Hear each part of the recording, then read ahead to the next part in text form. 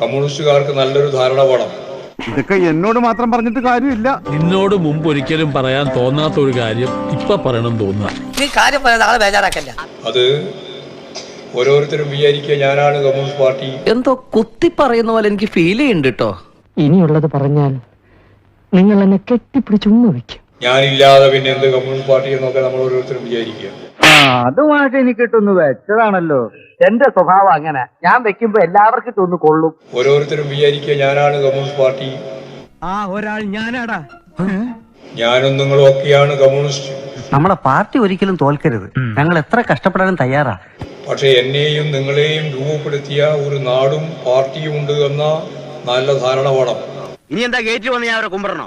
പക്ഷെ എന്നെയും നിങ്ങളെയും രൂപപ്പെടുത്തിയ ഒരു നാടും പാർട്ടിയും ഉണ്ട് എന്ന നല്ല ധാരണ വേണം. അതൊക്കെ എന്തിനാ നമ്മളറിയുന്നേ?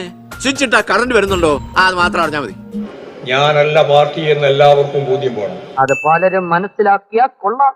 ഇപ്പോഴ് രണ്ടാം തവണ കൂടി ഭരണത്തിലേക്ക് വന്നപ്പോ വിജയ, നിനക്ക് അഹങ്കാരം വളരെ കൂടുതലാണ്. ഭരണത്തിൽ നമ്മൾ വീണ്ടും എത്തിച്ചേർന്നിരിക്കുന്നു എന്ന് വന്നപ്പോ പാർട്ടിയിൽ ഒരു മുതലാളിത്തം വളരുന്നുണ്ടോ എന്നെനിക്കൊരു സംശയം. ഞാൻ നേരത്തെ പറഞ്ഞപ്പോ ചില പ്രവണതകളെല്ലാം അവിടെ ഇവിടെയായിട്ട് മുള പൊട്ടുന്നുണ്ട്. ഏതായാലും ഞാനല്ല. ഞാൻ എങ്ങനെ മനസ്സിൽ പോലും ചിന്തിച്ചിട്ടില്ല.